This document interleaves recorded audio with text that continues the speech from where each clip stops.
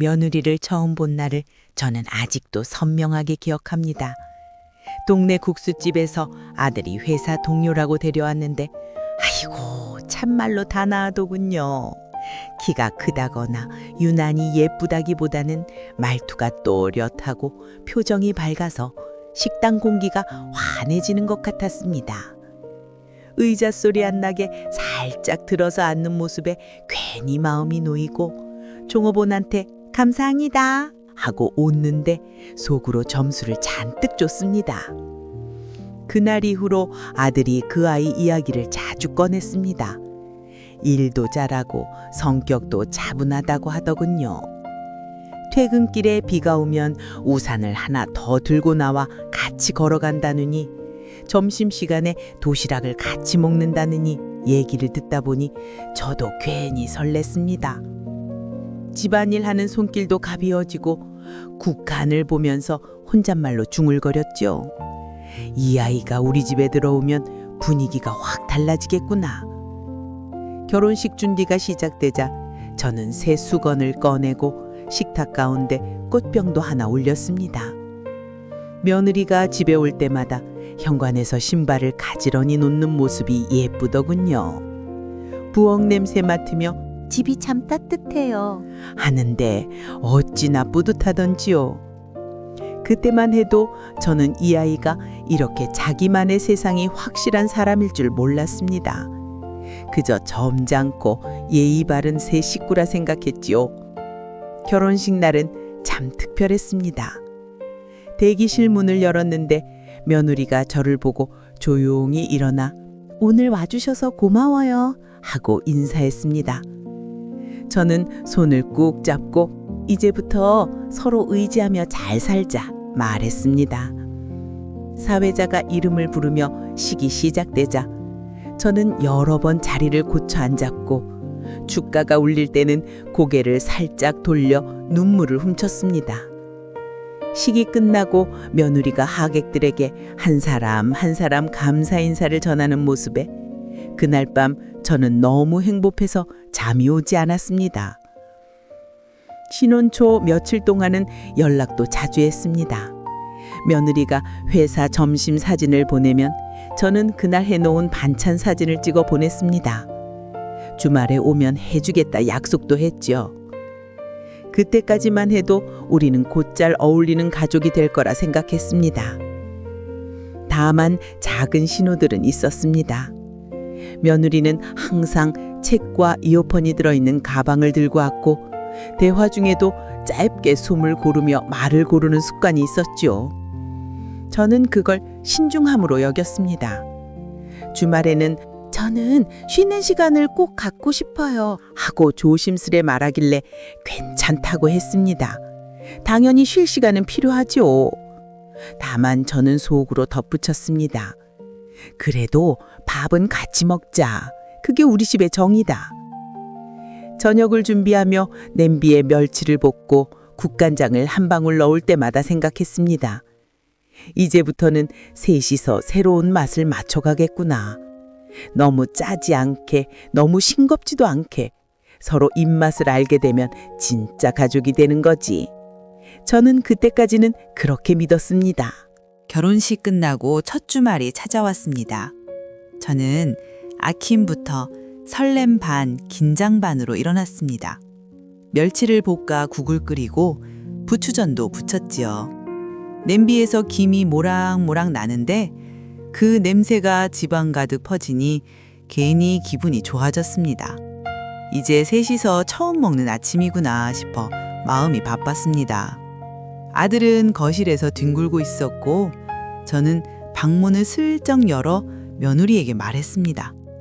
얘야, 아침 먹자. 국 다 됐다. 그런데 대답 대신 이불 속에서 작은 목소리가 들렸습니다. 어머니, 저 오늘 조금만 더 잘게요. 배 안 고파요. 처음에는 그럴 수도 있다고 생각했습니다. 결혼 준비하느라 피곤했을 테니까요. 그래서 저는 그냥 문을 닫고 밥을 먼저 차렸습니다. 하지만 시간이 지나도 며느리는 나오지 않았고 결국 저는 아들이랑 둘이 밥을 먹었습니다. 그날은 그냥 넘어갔습니다. 그런데 다음 주말에도 똑같았습니다. 이번에는 국 대신 미역국을 끓였는데도 방문이 닫힌 채로 조용했습니다. 저는 괜히 국자를 세게 내려놓으며 혼잣말을 했습니다. 아이고, 나는 주말마다 새벽같이 일어나서 밥상을 차리는데 젊은 사람들은 참 늦잠을 좋아한다. 점심시간이 다 되어서야 문이 열리고 며느리가 나온 겁니다. 머리는 질끈 묶고 손에 휴대폰을 쥔 채였습니다.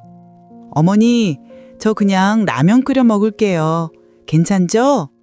그 말을 듣는데 심장이 철렁 내려앉았습니다. 이미 밥은 다 차려져 있는데라니.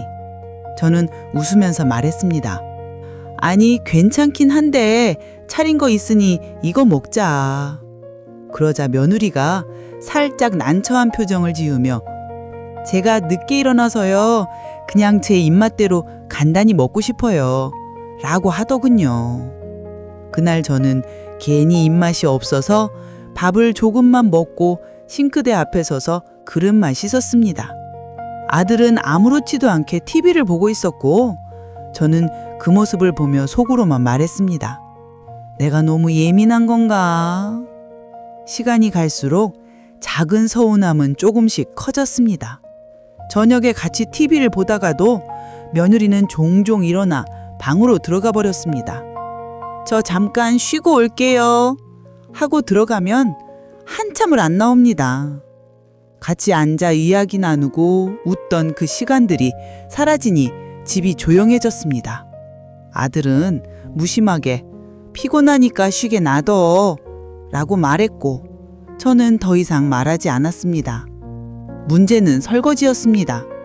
처음에는 며느리가 설거지는 제가 할게요 라고 말하더니 실제로는 한두 번만 하고는 슬그머니 사라졌습니다. 저는 괜히 밤늦게 혼자 그릇을 닦으며 생각했습니다. 내가 시집살이를 할 땐 손이 갈라져도 다 했는데 요즘 애들은 왜 이렇게 자신을 챙기는 걸까? 한 번은 일부러 며느리가 저녁 먹고 들어간 뒤 설거지를 안 하고 그냥 두었습니다. 혹시나 보고 나오면 해주겠지 생각했지요. 그런데 다음날 아침까지도 그대로였습니다. 아침밥을 차리려는데 싱크대에 전날 그릇이 그대로 쌓여 있으니 화가 치밀어 올랐습니다. 저는 결국 설거지를 하며 일부러 큰 소리로 바가지를 부딪혔습니다. 그 소리를 듣고서야 며느리가 문을 열고 나왔습니다. 어머니, 죄송해요. 제가 하려고 했는데 깜빡했어요. 그리고 다시 방으로 들어가 버리더군요. 그날 저는 남편에게 전화를 걸어 넋두리를 했습니다. 사실은 이미 돌아가신 분이라 하늘을 보고 중얼거린 거지만요. 나 이러려고 그렇게 애쓰며 며느리를 맞이했나 싶었습니다. 며느리는 여전히 예의 바르고 말 한마디 삐딱하게 하지 않았습니다. 다만 제가 생각하는 가족이라는 모양과는 다른 길을 걷는 것 같았습니다. 식탁에 앉아도 짧게 안부만 묻고 다시 휴대폰을 들여다보니 저는 그때부터 조금씩 말수가 줄었습니다. 첫 주말은 그저 피곤해서라 여겼던 게 두 번째, 세 번째 주말에도 반복되니 마음이 무거워졌습니다. 기대했던 만큼 더 깊이 서운해지는 느낌이랄까요. 집안에 같이 있으면서도 따로 사는 것 같은 그 기묘한 분위기 속에서 저는 점점 더 옛날 이야기를 꺼내고 싶어졌습니다. 나 때는 말이야 라는 말을 꺼낼까 하다가 꾹 참았습니다. 혹시 잔소리로 들릴까 봐서요. 그날 밤 저는 작은 수첩을 꺼내 메모를 했습니다. 주말 식사, 같이 먹기. 그리고 물음표 하나를 크게 적었습니다. 그 물음표는 그날 이후 제 마음속에서 점점 더 커져만 갔습니다. 첫 명절이 다가왔습니다. 저는 며느리에게 미리 전화를 해서 계획을 물었습니다. 얘야, 이번 추석에 뭐 먹고 싶으냐? 미리 장 봐놓게. 그러자 며느리가 조금 망설이더니 말했습니다. 며느리, 어머니, 저는 명절 때 음식 많이 안 해도 돼요.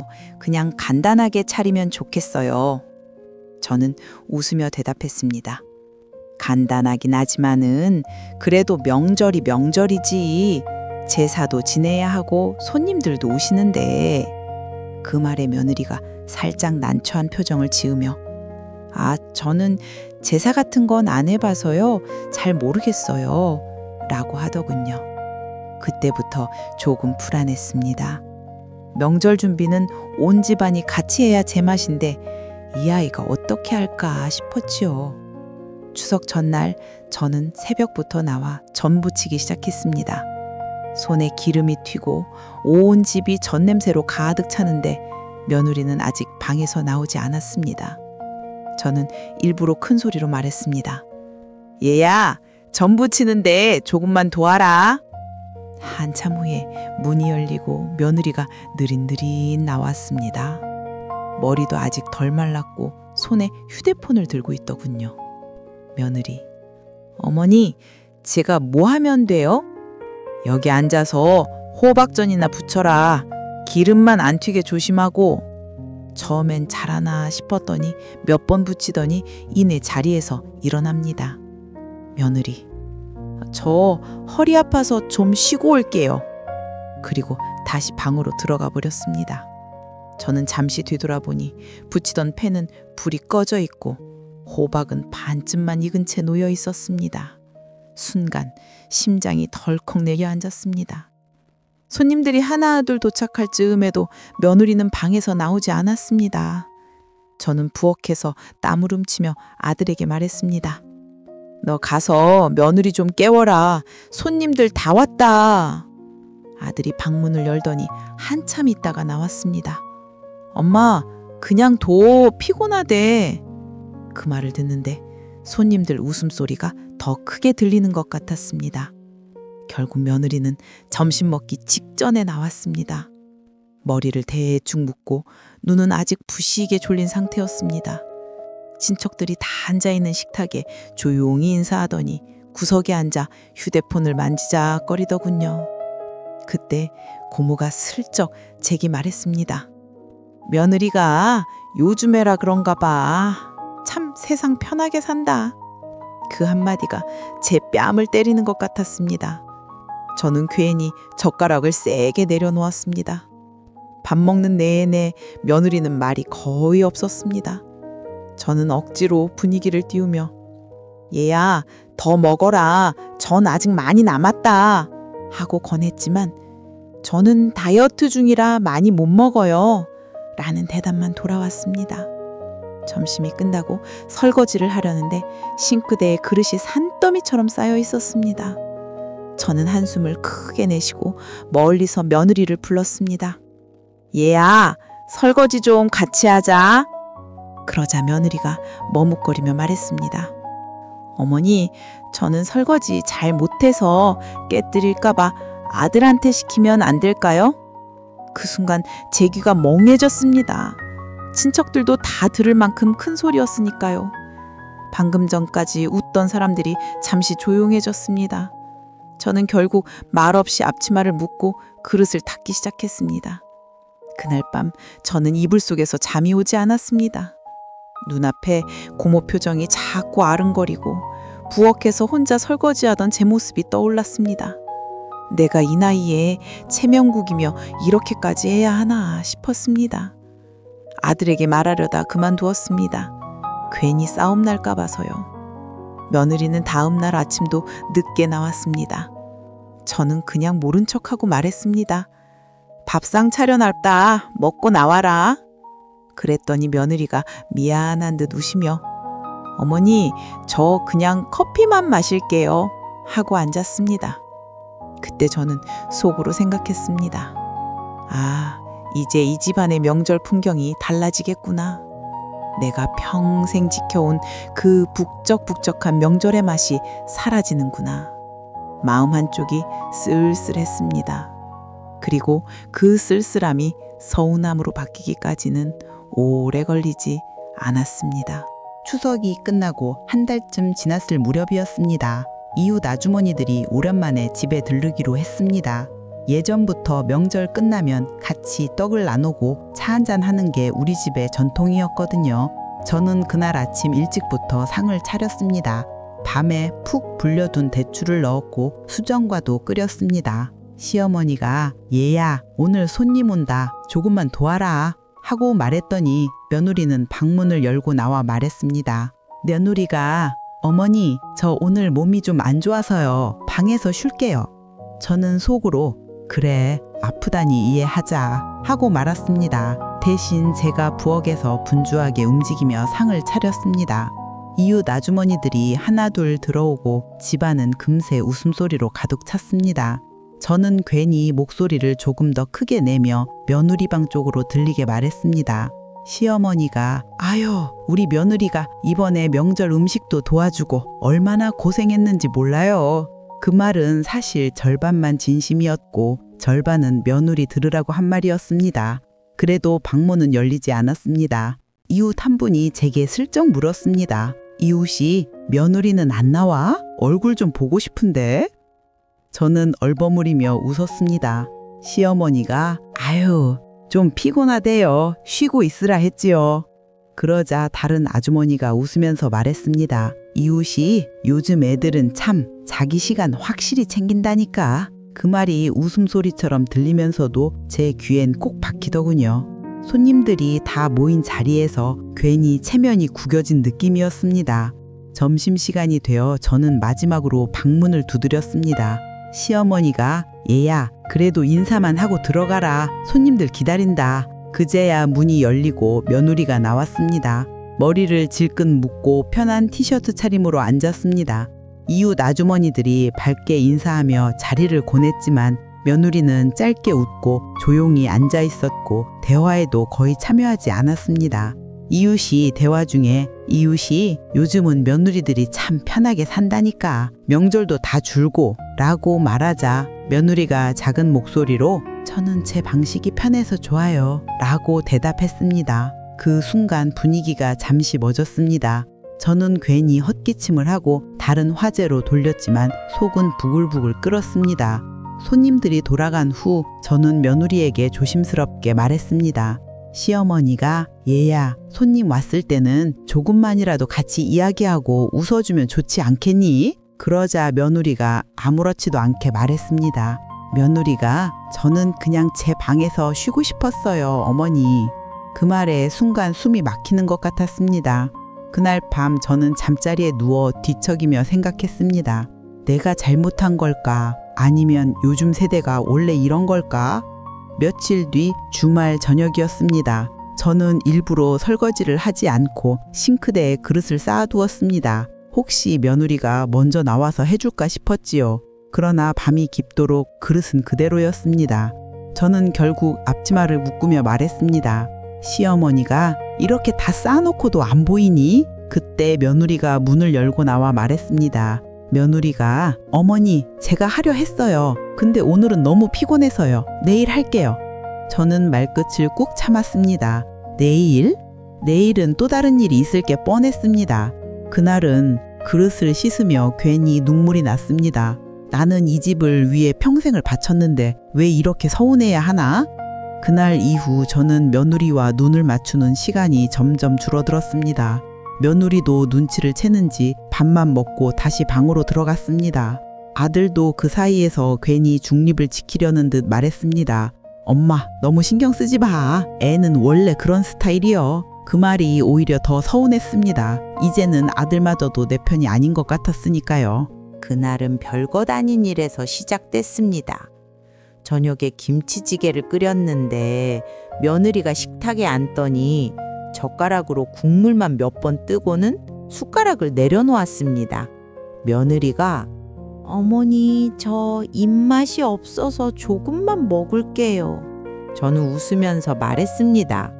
그래도 밥은 먹어야 힘이 나지. 조금 더 먹어라. 그러자 며느리가 짧게 한숨을 쉬며 말했습니다. 어머니, 저는 제 식습관이 있어요. 그냥 놔두세요. 그 순간 머리 끝까지 열이 올랐습니다. 그동안 참고 넘긴 일들이 한꺼번에 떠올랐습니다. 설거지 쌓아둔 날 밤, 명절 때 방에서 안 나오던 모습, 손님들 앞에서 무안 줬던 그 말까지 다 생각났습니다. 저는 결국 목소리가 커지고 말았습니다.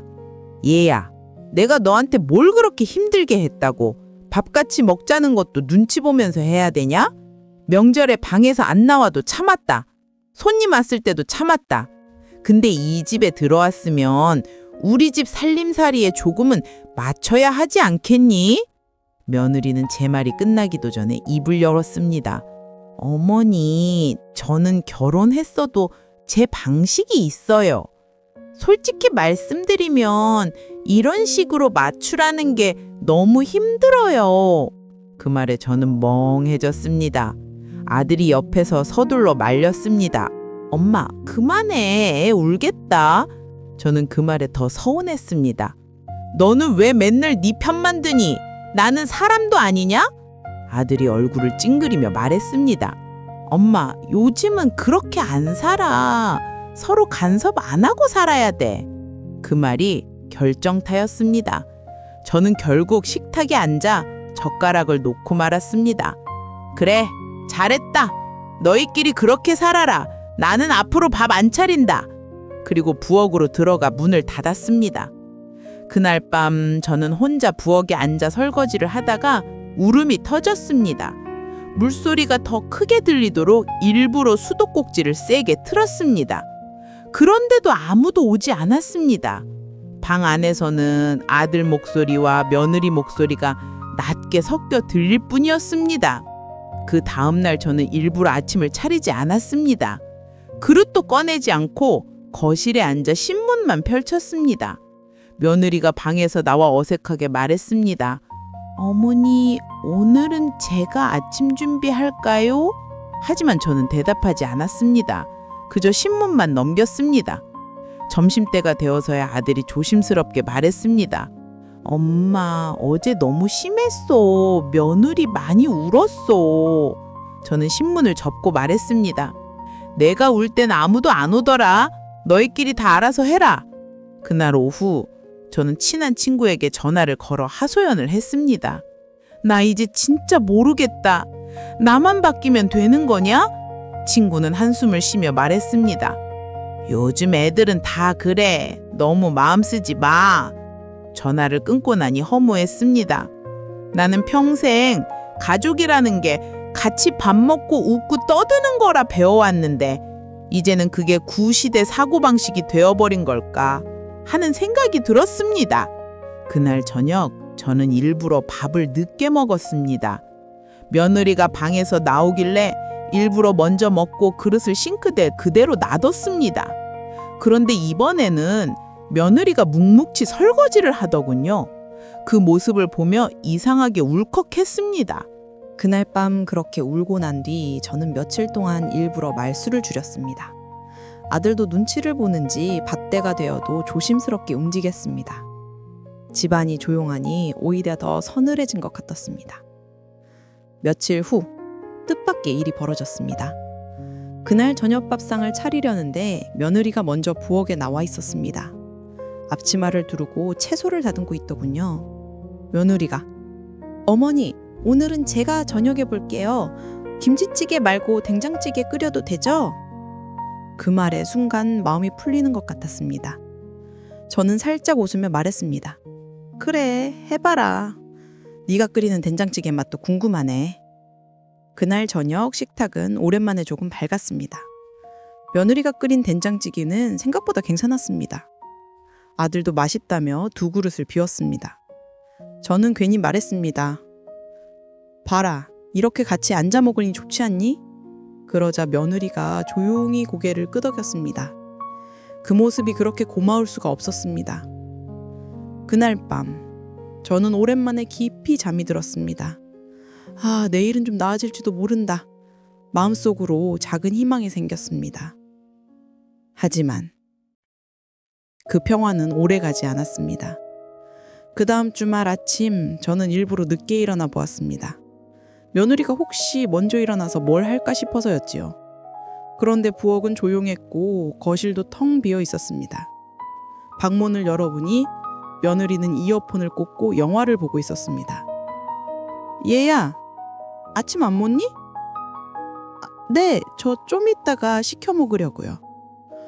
그 말을 듣는데 다시 심장이 철렁 내려앉았습니다. 전날만 해도 같이 앉아있던 그 아이가 아무 일 없었다는 듯 다시 제 세상으로 돌아가 있었습니다. 저는 괜히 문을 닫으며 혼잣말했습니다. 결국 제 자리구나. 점심때도 며느리는 방에서 나오지 않았습니다.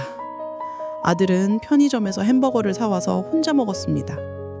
그 모습을 보며 저는 숟가락을 놓았습니다. 이제 내가 이 집에서 뭘 더 해야 하나 하는 생각이 들었습니다.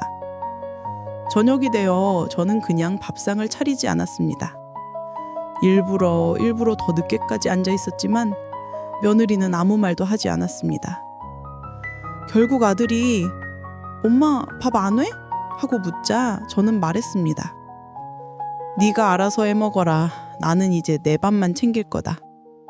아들은 한숨을 쉬며 냉장고에서 반찬을 꺼내고 전자레인지에 돌렸습니다. 그 모습을 보고 있자니 마음 한구석이 시원하면서도 허전했습니다. 이게 내가 원하던 건가 싶었지요. 며칠 뒤 며느리가 조심스럽게 말했습니다. 어머니, 제가 많이 불편하게 했죠? 죄송해요. 그래도 제 생활도 조금만 존중해 주세요. 저는 그냥 고개만 끄덕였습니다. 더 말하면 또 싸움 날까 봐서요. 그날 밤 저는 작은 수첩에 이렇게 적었습니다. 같이 밥 먹는 날, 한 달에 한 번은 가능. 그리고 그 밑에 덧붙였습니다. 기대하지 말자. 그 글씨를 쓰면서 이상하게 눈물이 나더군요. 희망을 완전히 접는 기분이었습니다. 며칠 뒤였습니다. 며느리가 야근이라 늦는 날 집안은 오랜만에 조용했습니다. 저는 부엌에 앉아 차를 우려놓고 아들을 불렀습니다. 너 잠깐 앉아라. 얘기 좀 하자. 아들은 머뭇거리며 제 맞은편에 앉았습니다. 저는 한참이나 말문이 열리지 않았습니다. 손끝으로 찻잔만 굴리다가 결국 말했습니다. 내가 요즘 말이 많았지. 너도 눈치 봤겠다. 아들은 한숨을 쉬더니 말했습니다. 엄마, 나도 솔직히 힘들어. 중간에서 이러지도 못하고 저러지도 못하니까. 그 말이 이상하게 서운하면서도 이해가 됐습니다. 저는 차를 한 모금 마시고 천천히 말했습니다. 나도 며느리가 싫은 건 아니다. 다만 같이 밥 한 끼 먹으면서 얘기 좀 하고 싶었을 뿐이다. 아들은 잠시 고개를 숙이다가 조심스럽게 말했습니다. 엄마, 요즘 사람들은 다 그렇게 살진 않아. 각자 공간이 있어야 돼. 저는 순간 속이 답답했습니다. 그래서 식구잖아. 한 집에 사는 식구인데 말 한마디 안 하고 밥 따로 먹고 그러면 내가 뭐가 되니? 아들은 제 손을 살짝 잡으며 말했습니다. 엄마, 너무 마음 쓰지 마. 그냥 조금 느슨하게 생각해.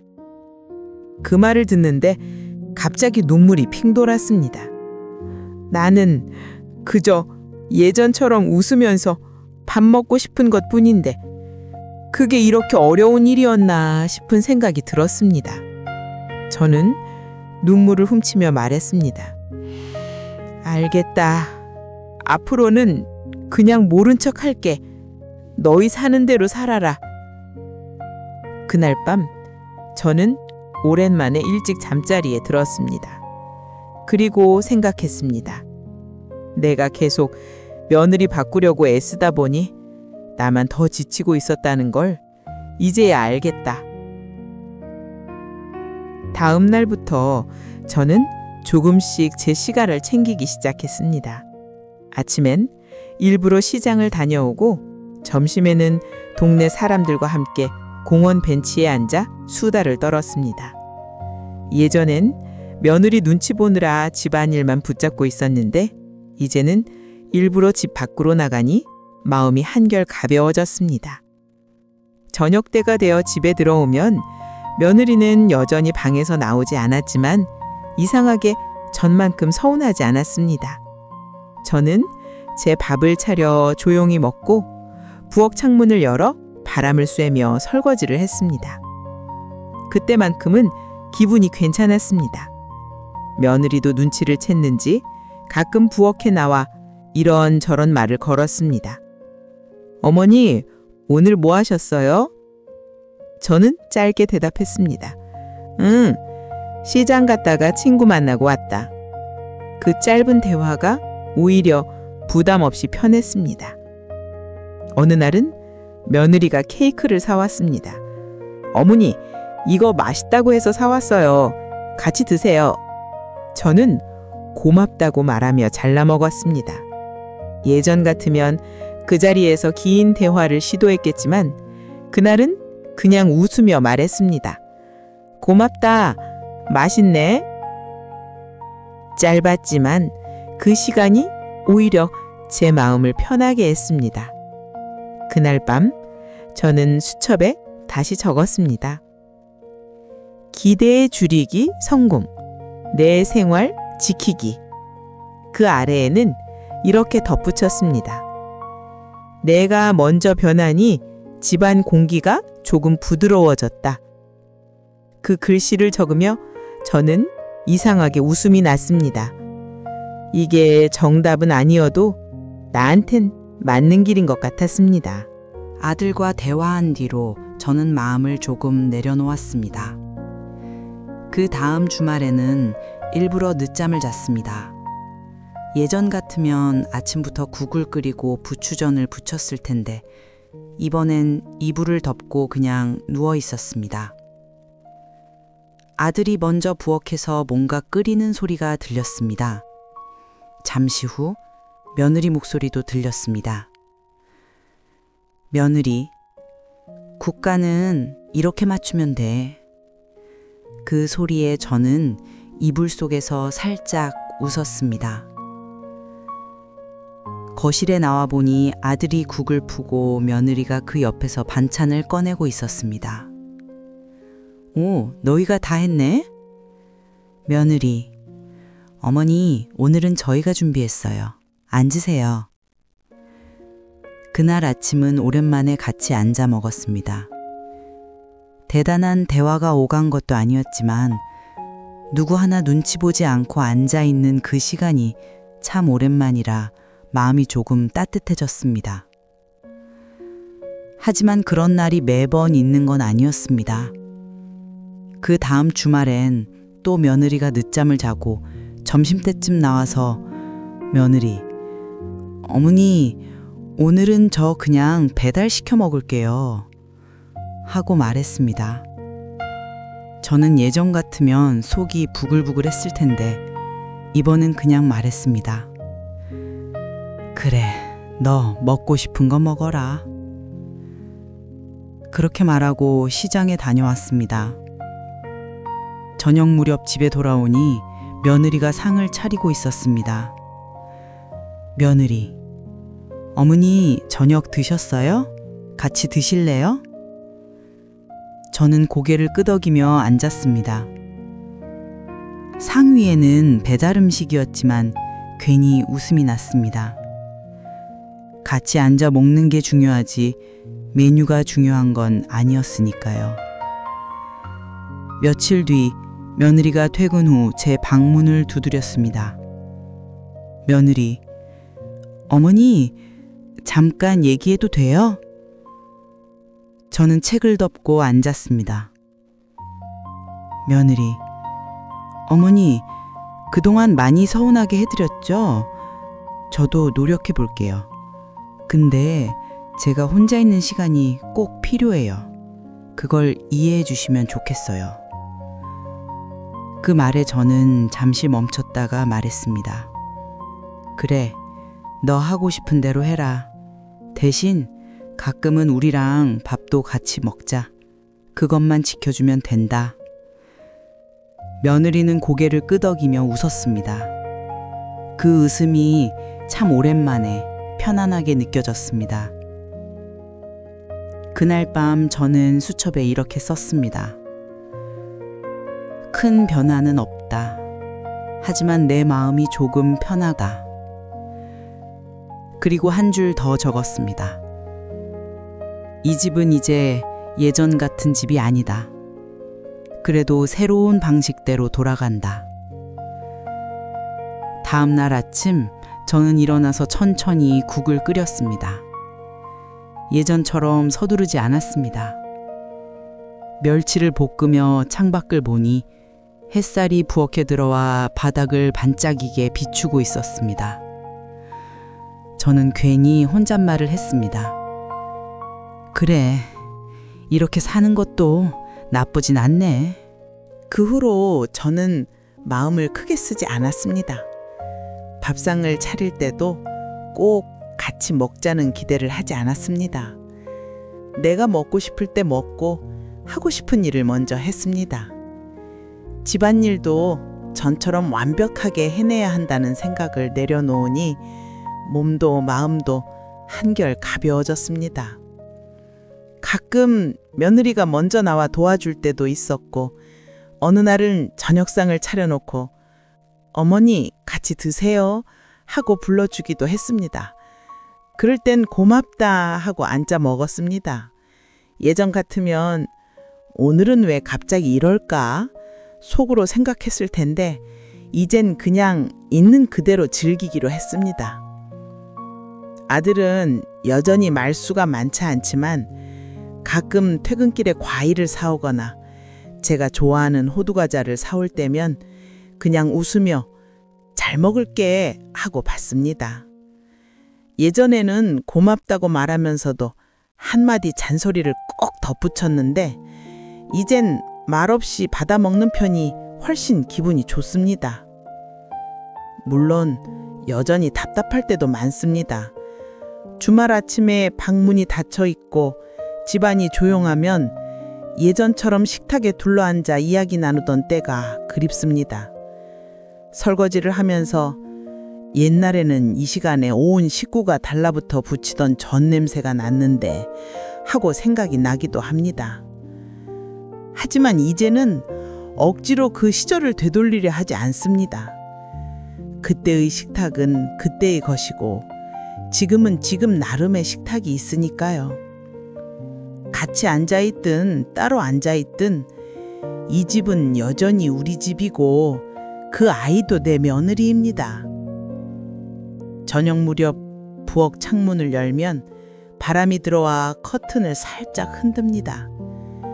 그 바람 소리를 들으며 저는 종종 혼잣말을 합니다. 그래, 이 정도면 됐다. 내가 너무 마음을 졸였구나. 그리고 그날 저녁은 제가 좋아하는 된장찌개를 끓여 놓습니다. 며느리가 같이 먹으면 좋고 아니면 혼자 먹어도 괜찮습니다. 그렇게 한 숟가락 떠먹으며 생각합니다. 아, 내가 이제 좀 편해졌구나. 아직도 옛날 생각이 날 때가 있습니다. 온 가족이 식탁에 모여 시끌벅적 웃던 그 시절이 그립지만 그건 그 시절의 행복이고 지금은 또 다른 방식으로 살아가는 행복이 있겠지요. 저는 그 사실을 인정하기로 했습니다. 그리고 오늘도 조용히 국을 저으며 생각합니다. 이 집에 다시 웃음소리가 조금씩 돌아오면 그걸로 충분하다. 그게 비록 내가 상상했던 모습은 아니더라도 이젠 괜찮습니다.